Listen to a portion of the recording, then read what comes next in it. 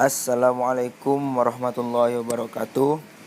Pelajaran pertama kita pada kali ini yaitu tentang azan dan iqamah di mata pelajaran fikih untuk kelas 2 MI Nurul Jannah Moton Tinggi Anjungan.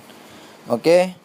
Pada bab pertama yaitu tentang azan dan iqamah. Saya bacakan kompetensi dasarnya yang pertama yaitu menerima lafal azan dan iqamah. Yang kedua, membiasakan azan dan iqamah.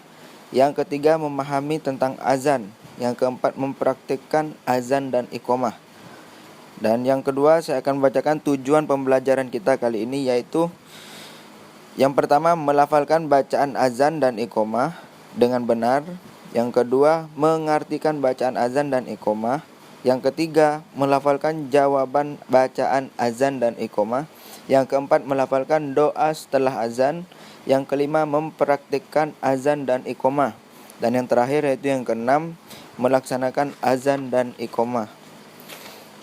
Sebelum kita memahami tentang apa arti azan, saya akan membacakan tentang sejarah singkat azan. Sejarah singkat azan saya bacakan yaitu ketika solat diwajibkan bagi umat Islam pada masa itu dan pemeluk agama Islam semakin banyak di Madinah, Nabi Muhammad SAW belum tahu cara memanggil umatnya untuk solat berjamaah. Dalam keadaan seperti itu, kemudian Nabi Muhammad SAW mengadakan musyawarah dengan para sahabatnya untuk membahas bagaimana cara memanggil solat bagi kaum muslimin. Dalam musyawarah tersebut, para sahabat mengusulkan berbagai cara memanggil solat sebagai berikut. Yang pertama dengan cara menaikkan bendera ketika waktu solat tiba. Yang kedua, menyalakan api ketika waktu solat tiba. Yang ketiga, meniup trompet ketika waktu solat tiba. Yang keempat, membunyikan lonceng ketika waktu solat tiba. Dari semua usulan tersebut, Nabi Muhammad SAW tidak setuju karena cara-cara itu sama seperti cara-cara yang dilakukan oleh orang-orang non-muslim.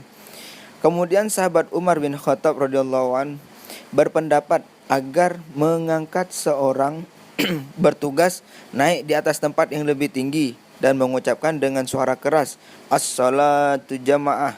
Artinya, marilah solat berjamaah sebanyak 2 kali. Pendapat Umar bin Khattab radhiyallahu an tersebut agak disetujui oleh Nabi Muhammad SAW. Ketika ini tidak sampai di situ, ternyata ada salah seorang sahabat Nabi SAW bernama Abdullah bin Zaid radhiyallahu an bermimpi berjumpa dengan seorang laki-laki yang membawa lonceng. Dalam mimpi itu terjadi dialog antara Abdullah bin Zaid dengan seorang lelaki tersebut yang disebut dengan Fulan atau orang yang tidak diketahui.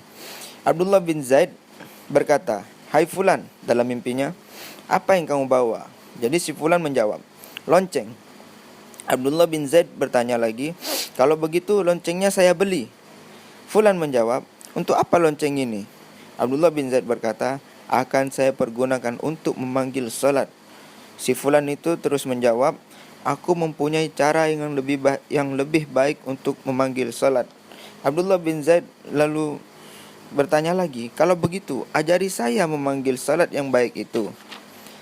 Nah, kemudian lelaki tersebut mengajarkan azan sebagaimana yang kita kenal sekarang ini. Setelah Abdullah bin Zaid terbangun dari tidurnya, ia setelah bangun segera menemui Nabi Muhammad SAW dan menceritakan tentang mimpinya itu.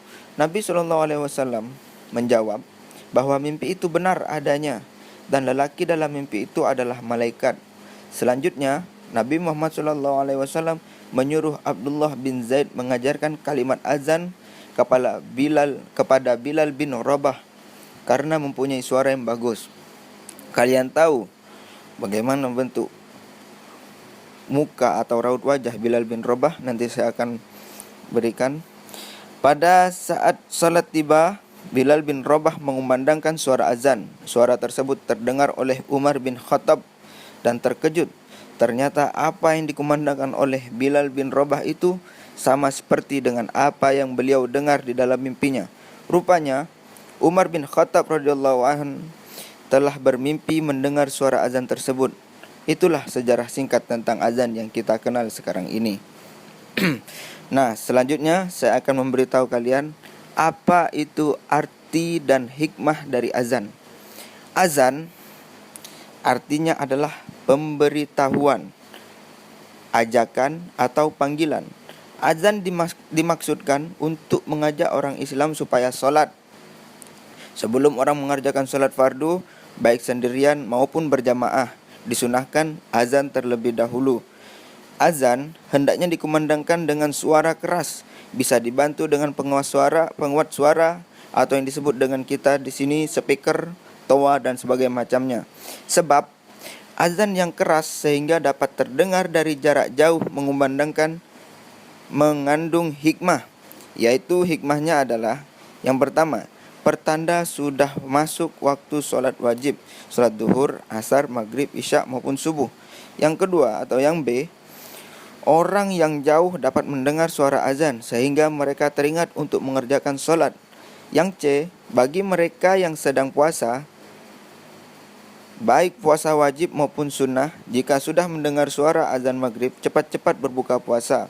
Yang D, bagi yang mengumandangkan maupun yang mendengarkan azan dengan hikmat, maka mendapatkan pahala dari Allah Subhanahu wa taala. Yang terakhir, setan takut dan menjauh jika mendengar suara azan. Nah, itu hikmah yang terkandung dalam azan. Selanjutnya, azan diucapkan tidak hanya untuk panggilan solat saja, tetapi azan juga bisa diucapkan pada telinga anak yang baru lahir atau bayi yang baru lahir. Hal ini dimaksudkan agar yang pertama kali dengar bayi tersebut adalah kalimat thayyibah berupa azan. Serta azan juga dibacakan kepada mayat di dalam liang kubur ketika akan ditutup dengan papan dan diuruk dengan tanah. Hal ini juga dimaksudkan agar mayat itu pada akhir di dunia diakhiri dengan kalimat thayyibah berupa azan juga. Nah, maksud dari azan tersebut adalah ketika kita hidup, mengawali hidup kita mendengarkan kalimat thayyibah berupa azan. Begitu juga ketika kita mengakhiri hidup kita juga mendengar kalimat thayyibah yang berupa azan juga. Nah, itu tadi azan. Yang kedua yaitu lafal azan. Muazzin. Muazzin itu adalah orang yang mengumandangkan suara azan. Sunnahnya bagi muazzin adalah pada saat solat fardu adalah yang pertama berdiri tegak menghadap kiblat. Yang kedua, suci dari hadas besar dan kecil. Yang ketiga, menggunakan pengeras suara atau berdiri pada tempat yang agak tinggi. Yang keempat, muazzin sebaiknya bersuara bagus. Yang kelima, memasukkan ujung jari ke dalam telinga. Yang keenam, berhenti sebentar ketika membaca kalimat per kalimat. Dan yang terakhir, membaca doa setelah azan. Nah, di sini tugasnya kalian adalah menuliskan lafaz azan. Nanti kalau udah tatap muka, kita praktek azan masing-masing, yang laki-laki maupun yang perempuan. Jadi azan itu tidak hanya untuk laki-laki, perempuan juga azan, agar tahu jawaban azannya.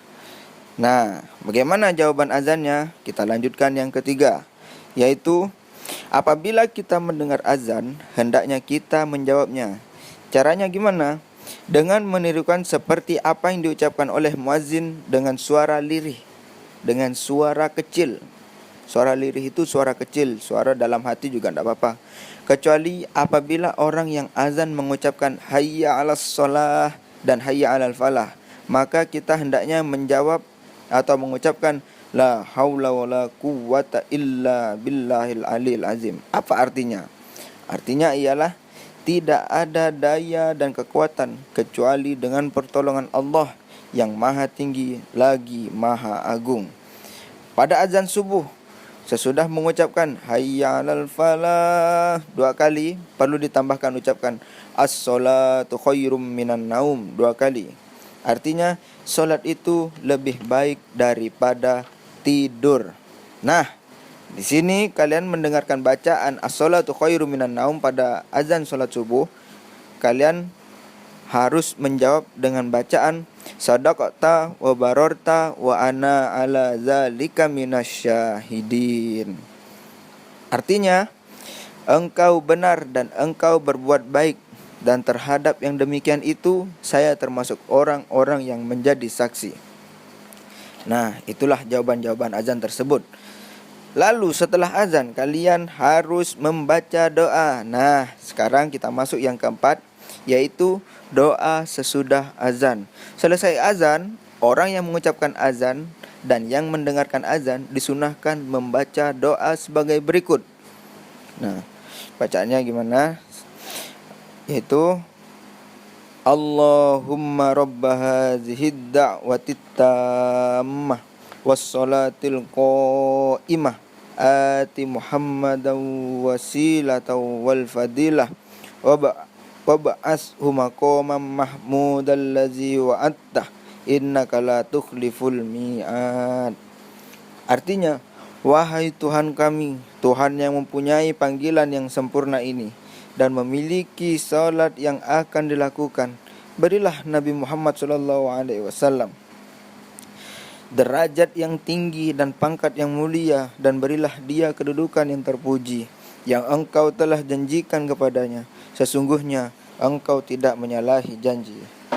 Nah, setelah kita mengetahui bacaan azan dan doanya, marilah kita coba praktikkan sendiri, baik ketika kita akan sholat di masjid maupun ketika berada di rumah.